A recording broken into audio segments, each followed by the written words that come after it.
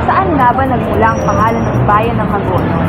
Pero alam mo, partner, if tama ako ha, di ba galing yun sa puno, Hagonoy? Tama, yung Hagonoy ay isang uri ng puno. Ayon sa alamat, isang araw, merong isang napakagandang babae na sa sobrang ganda niya, ang dami niyang manliligaw. Haba ng hair, diba? Pero nagkasakit siya.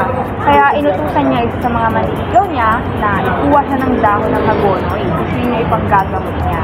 Yes, at ito namang si Manliligaw, dahil sa sobrang humaling niya sa magandang dalaga, kumuha nga siya sa dahon ng Hagonoy upang gumaling ang kanyang minamahal. Dahil pinangakuan siya na kapag natupad niya ito ay magpapakasal sila.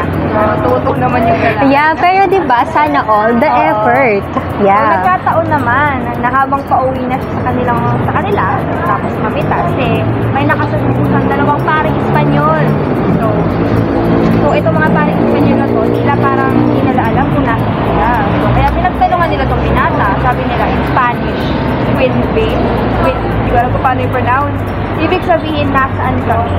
At dahil hindi maintindihan ang sinabi ng dalawang pare, sinagot niya na lamang ito ng Hagonoy at kumaripas ang takbo.